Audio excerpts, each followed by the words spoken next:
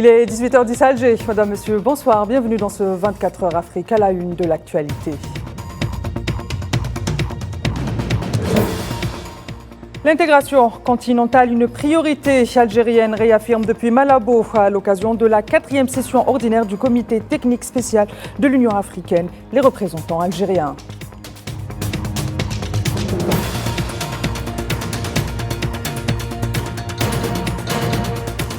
L'ONU et ses agences humanitaires dénoncent le manque de financement relatif à l'aide humanitaire au Soudan, craignant un enlisement de la crise.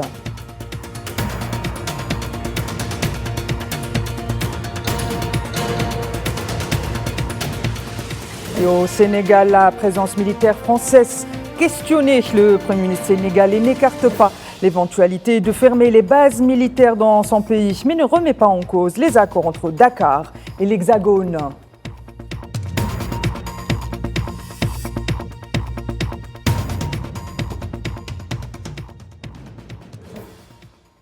L'Algérie a réaffirmé jeudi depuis Malabo en Guinée équatoriale qu'elle restera un partenaire engagé soutenant toutes les initiatives visant à renforcer la coopération et l'intégration économique en Afrique, a indiqué un communiqué du ministère algérien du Commerce et de la Promotion des exportations, précisant que cette déclaration est intervenue lors de la participation de l'Algérie aux travaux de la 4e session ordinaire du comité technique spécialisé de l'Union africaine pour le commerce, le tourisme, l'industrie et les ressources minérales organisée du 13 au 17 mai en cours à Malabo donc.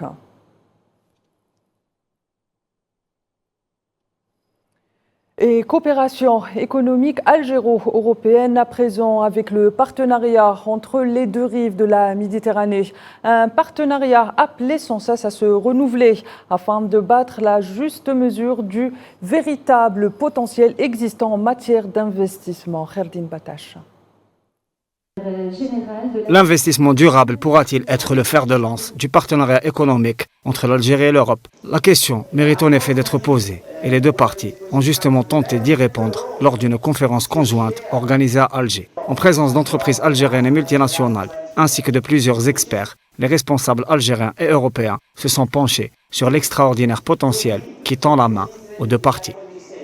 Je voudrais rappeler que l'Algérie a toujours été un partenaire fiable et sûr en matière d'approvisionnement en hydrocarbures, notamment de gaz naturel, en fournissant à l'Europe plus de 11% de ses besoins. Au plan commercial, l'accord d'association a fait de l'Union européenne, depuis plusieurs années, le premier partenaire commercial de l'Algérie. Selon les données de la douane algérienne, pour les 11 premiers mois de 2023, les échanges entre les deux parties ont atteint le montant de 46,5 milliards de dollars. Ensemble, nous travaillons dans un esprit gagnant-gagnant. Depuis quelques années, l'Algérie et l'Europe ont exprimé des attentes économiques ambitieuses. Du côté algérien, l'objectif principal était d'attirer un maximum des investissements directs de l'Europe à travers l'accord d'association. Pour les Européens, la zone de libre-échange sans obstacle commercial était au centre d'intérêt. Il est temps de réaliser nos attentes dans les deux domaines, investissement et commerce. Cette nouvelle dynamique est d'ailleurs portée par le concept du nearshoring qui permet à l'Algérie de faire valoir son positionnement dans le nouveau contexte international des investissements directs étrangers, offrant à l'Europe la possibilité de recourir les chaînes de valeur. La rencontre aura permis de sortir avec des recommandations visant à contribuer à la concrétisation des objectifs fixés par l'accord d'association bilatéral à travers l'intensification des investissements européens en Algérie, notamment dans les secteurs d'avenir. Et dans le cadre des travaux du comité préparatoire de la 6e conférence mondiale des présidents de parlement en 2025 qui ont débuté jeudi à Genève en Suisse, le président de l'Assemblée populaire nationale algérienne, Brahim Bourali, a appelé à ouvrir la voie aux représentants des peuples afin de contribuer de manière active et sérieuse à la prise de décisions mondiales et de les impliquer régulièrement dans les différentes activités et initiatives des Nations Unies.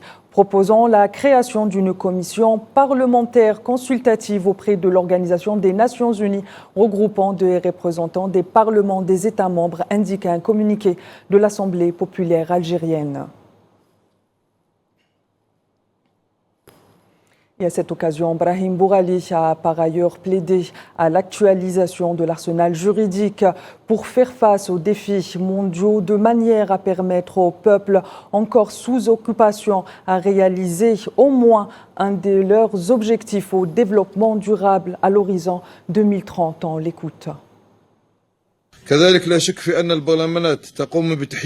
Nos parlements procèdent à la mise à jour de leurs arsenaux juridiques pour pouvoir faire face aux défis mondiaux qui n'épargnent aucun pays, qu'il soit développé ou en voie de le devenir, conformément aux efforts visant à atteindre les objectifs du développement durable à l'horizon 2030. Mais la question qui se pose, comment les pays qui souffrent de la colonisation, d'oppression, de l'humiliation et de l'occupation, comment peuvent-ils atteindre ne serait-ce qu'un objectif et comment pouvons-nous apprécier le niveau de réalisation de certains objectifs à l'image de l'objectif numéro 16 qui est la paix alors qu'il reste inaccessible pour beaucoup de pays opprimés dans le monde et à leur tête la Palestine et le Sahara occidental. Et dans le dossier soudanais, alors que l'ONU et ses agences humanitaires ne cessent de tirer la sonnette d'alarme concernant la situation humanitaire dans le pays, ces dernières s'indignent. Par ailleurs, quant à la timide réponse internationale concernant l'appel à l'aide humanitaire de l'ONU pour secourir le Soudan en proie, comme vous le savez, un conflit qui s'enlise dans la crise. Et selon le porte-parole des bureaux des affaires humanitaires de l'ONU, OCHA, James Lake, je cite, catastrophiquement est insuffisant. Le financement à hauteur de seulement 12%, dénonce donc l'ONU. Le porte-parole affirme que l'ONU et ses autres partenaires humanitaires ont besoin de 2,7 milliards de dollars cette année pour venir en aide notamment à quelques 15 millions de personnes qui ont urgemment besoin d'aide. Le porte-parole qui s'exprimait lors un point presse régulier de l'ONU à Genève rappelle par ailleurs que 25 millions de personnes, soit la moitié de la population du Soudan, ont besoin d'assistance.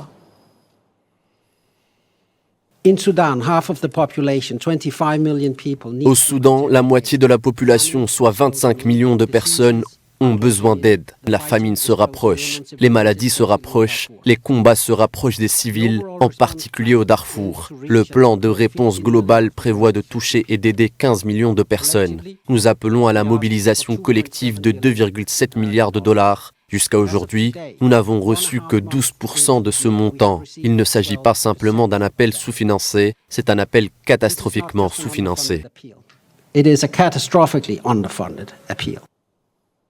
Le général Mohamed Idriss Déby Itno, président de la transition au Tchad depuis la mort de son père Idriss Déby en avril 2021, a été élu président du pays avec 61% des voix le 6 mai dernier, selon les résultats officiels et définitifs proclamés jeudi 16 mai par le Conseil constitutionnel. La requête de l'annulation du scrutin proposée par son premier ministre et rival à l'élection, Success Masara, qui avait revendiqué la victoire il y a une semaine et dont le parti avait qualifié le scrutin de mascarade, a été rejeté par la juridiction suprême du Tchad. Mohamed Al-Mansour Abdel Rouja, membre. Madame Massal Dorangar Blanche. 213 207. Nombre de votants. Le retrait des bases militaires françaises du Sénégal est-il possible? Pour le Premier ministre sénégalais Ousmane Sonko, qui s'exprimait à l'occasion d'une conférence co-animée avec le leader du parti La France Insoumise, Jean-Luc Mélenchon, il est temps de s'interroger sur cette présence militaire et leurs impacts sur les souverainetés des pays en question, 60 ans après les indépendances. Cela dit, Ousmane Sonko affirme ne pas s'exprimer en qualité de Premier ministre, mais en qualité de leader de sa formation politique, le PASTEF. Le point avec Redim Batache. Un véritable pavé dans la mare, c'est en effet le sentiment général qui se dégage de la déclaration du Premier ministre sénégalais Ousmane Sonko lors d'une conférence de presse conjointe animée en compagnie du leader du parti La France Insoumise, Jean-Luc Mélenchon, à l'université de Dakar. Le numéro 2 de l'exécutif sénégalais souligne l'éventualité de fermer des bases militaires françaises au Sénégal. Je réitère ici la volonté du Sénégal de disposer de lui-même, laquelle volonté est incompatible avec la présence durable de bases militaires étrangères au Sénégal. On peut avoir des accords de défense sans que cela ne justifie que le tiers de la région de Dakar soit occupé aujourd'hui par des garnisons étrangères.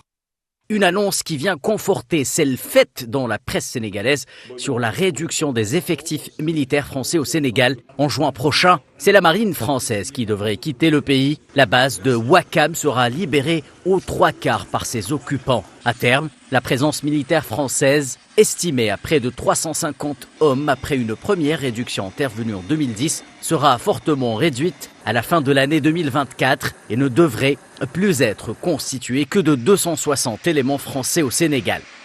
Début 2023, la France disposait de 4 bases permanentes. Au Sénégal, 350 hommes. En Côte d'Ivoire, 950 hommes. Au Gabon, 350 hommes. Et Djibouti, avec 1450 hommes. Officiellement, les éléments français au Sénégal réalisent des missions de formation et d'entraînement au profit des armées locales. Le Premier ministre sénégalais, qui a précisé s'exprimer en tant que chef de parti non du gouvernement, a également fustigé l'attitude néocolonialiste de l'Occident vis-à-vis de l'Afrique, notamment sur la question de la monnaie.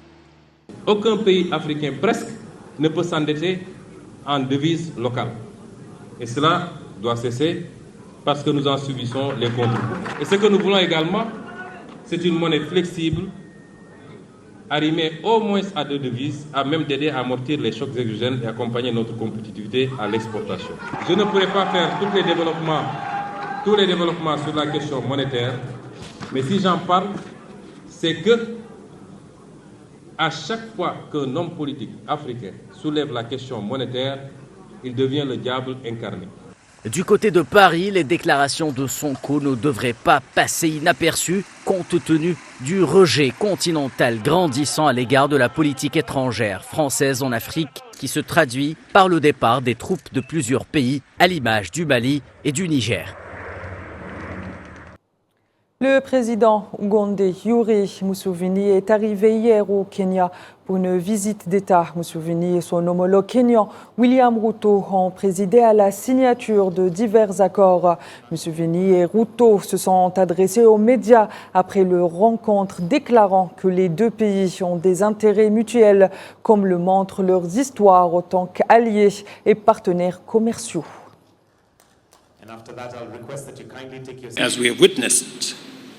Comme nous avons été témoins de l'accord tripartite sur l'importation et le transit de produits pétroliers raffinés à travers le Kenya vers l'Ouganda, dont la signature à laquelle nous venons d'assister permet à l'Uganda National Oil Company Limited d'importer des produits raffinés directement auprès des producteurs de différentes juridictions, mettant ainsi fin aux défis rencontrés par le secteur en Ouganda.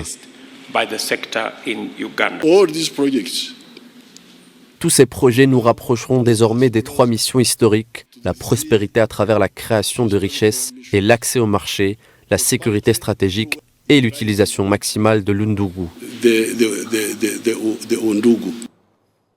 Madame, Monsieur, c'est la fin de cette édition. Merci pour votre fidélité. Votre prochain rendez-vous de l'information, c'est avec le 19 Info présenté par Abdelkader Idrieff. Quant à moi, je vous donne rendez-vous la semaine prochaine à la même heure. Et d'ici là, n'oubliez pas, prenez soin de vous. Excellente suite des programmes sur Al 24 News.